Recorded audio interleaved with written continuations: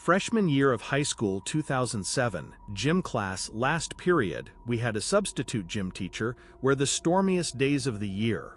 He was an older man, not a senior citizen, but gray, maybe 55 to 60. He took attendance. When he passed me, he did a double take at me, which I found a bit uncomfortable. Not to float my own boat, but I always understood I looked older and really good for a freshman in high school. The sub told us to get into our volleyball teams, and he disappeared into the hall by the locker rooms for a while. 40 minutes went by, and the period was over. It was time for us to get changed and go home. I got into the locker room that for some reason my locker wasn't opening.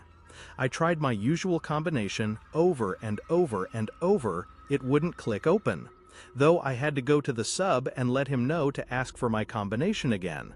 I figured maybe the combo just slipped from my mind for some reason. The sub told me to give him a few minutes and he'd get the list of locker combos. I waited outside the office and out he finally came with a book in his hands, open to a specific page. He walked into the girls' locker room with me, which I didn't expect him to do. The locker room was basically empty now, with one girl finishing up changing. He walked over to my locker and tried the combination, written down on the paper. It didn't work, no matter how many times he tried it.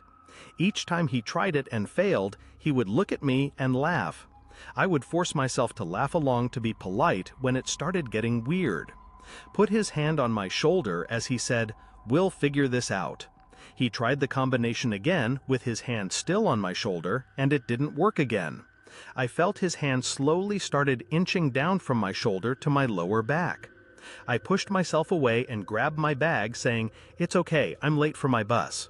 He tried the combo in the locker one more time, and it opened. He smiled and walked away. I waited till I heard the locker room door shut, and I proceeded to getting changed quickly when suddenly the room went dark. I finished pulling up my pants and shoved my locker in the dark.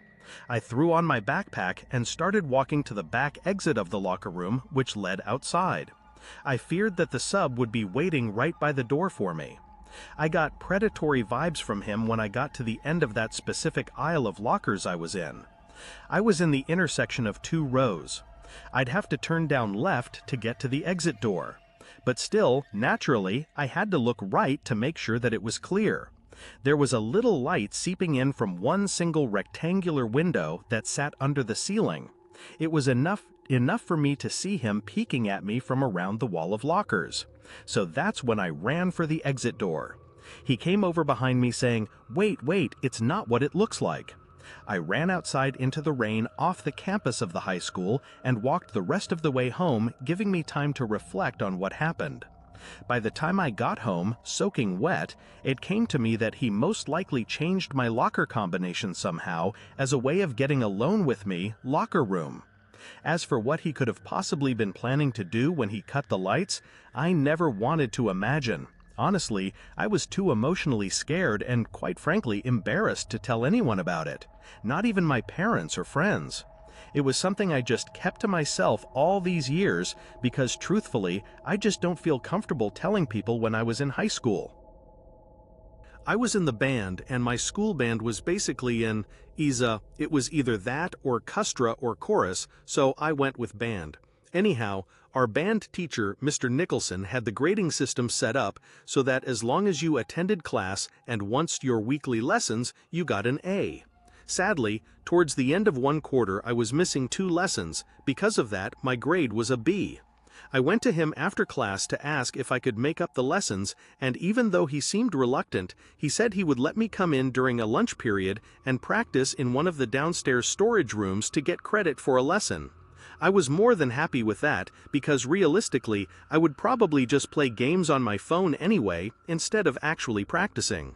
I arrived to the music room during my lunch period the next day, so I took my saxophone and headed down the stairs outside the music room towards the basement area for the music department. It was always kind of creepy down there because absolutely no one besides the music teachers would go down there usually, and the lights were kind of shitty. I had only been down there a couple times before that day, but anyway, I walked down the hallway, and on either side were a bunch of doors that led into small, maybe 7 by 7 feet rooms. All these rooms were used for storing things like chairs, music stands, spare instruments, Christmas decorations, and whatever. I stepped into one of the rooms and shut the door. I set up my music on one of the stands in the room just in case Mr. Nicholson were to come down to check on me, but really, I didn't plan on actually playing. I started playing games on my phone and then flicked darkness, like as dark as it could get, my phone screen.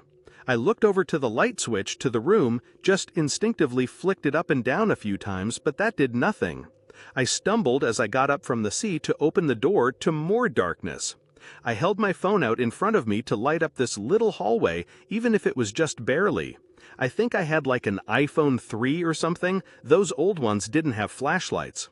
But anyway, that little light from my phone was enough to see one of the doors open near the end of the hall, and I heard something being dragged in that room, like one of the big plastic containers. There was also manic breathing, followed by animal-like grunting.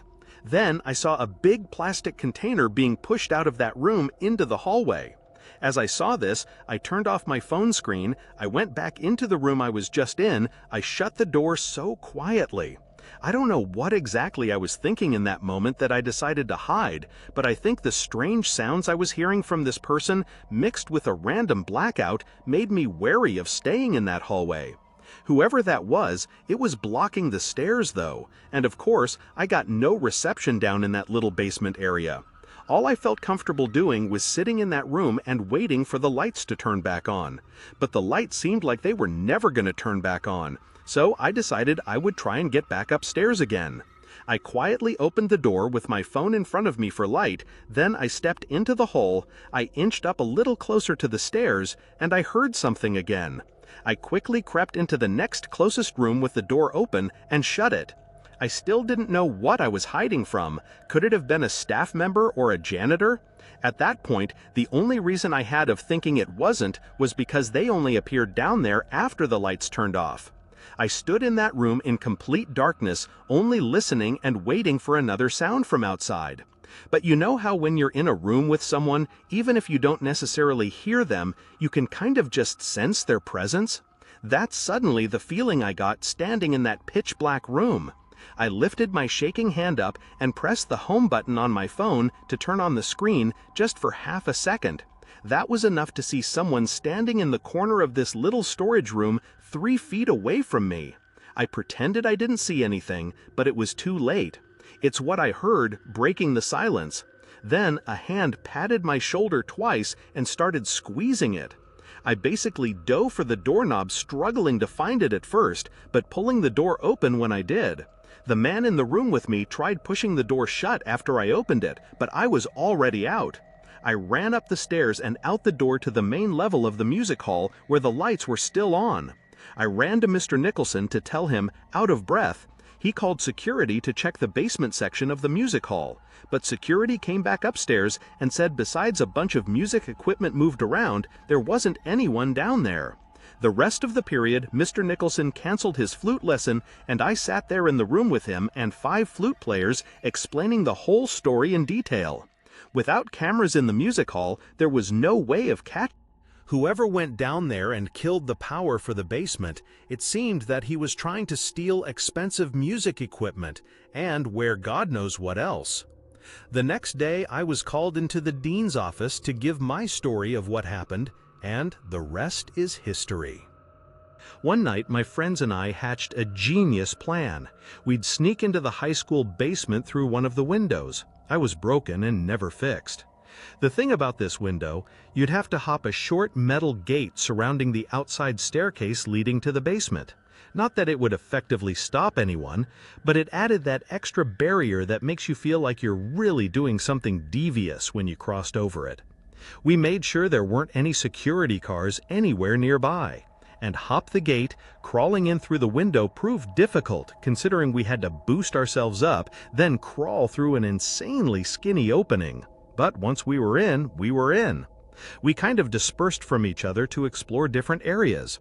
One thing was for sure, the basement of the school was a mess and anything but interesting. There was little light. One small white light was on in a far corner, and the exit sign light actually produced more light than you'd think. I was looking around when I saw one of my friends in front of me. He whispered, "Let's go upstairs." So I followed him upstairs, and he opened the door up to the main hallway of the school. Everything was dark. I always thought there were at least some lights left on in the school at night, but no, not a single light was on, and all that really stood out as far as the eye could see were the various exit signs glowing red. I followed my friend down the hall and remembered saying, "Dude, this is really creepy." And he replied back, but I realized he was right. Who knew if somebody else could be in the building besides my friends and I? Little did I know just yet. I followed my friends at the bathroom and he went into one of the stalls. I whispered, "Hurry up." I waited for a while, then my phone started to ring. I picked up and it was one of my friends, Chris. He asked, "Where the hell did you go?" I said him upstairs with either Roland or Brandon. He said, "What do you mean? They're with me." And right after, both Brendan and Roland said hi, apparently on speakerphone. I stuttered the word "I" and stopped trying to think straight. Then there was a laughing coming from installed, not the laugh of any of my friends. I looked up at the stall. There was someone looking over at me, probably standing on the toilet. I screamed "Holy" over and over into the phone as I left the bathroom. Shortly after I was out, I heard the stall door slam shut. I tried to run back to the basement in the dark, but it wasn't too easy to find in the dark. Luckily, I managed to find it, so I started to scream their names as I ran down the stairs. I screamed "Go" when they answered, and we one by one jumped off some kind of bucket onto the window ledge and crawled back outside. I was the first one out, though afraid that person from the bathroom was following. When we were all outside, I explained to them, out of breath, while also laughing now that I felt safe with all of them next to me. I guess we were loud or something, though, because as we all just started looking around at the whole school building and all the classroom windows, in one of the downstairs windows was someone with their hands pressed up on the glass. He could only see maybe half their face. I said, "That's gotta be him," as Roland ushered us to get the hell out of there. We ran until we were off the premises of the school, and that was that. We came up with a lot of possible explanations, but none of them really made sense. Obviously, we never did anything like that again, though.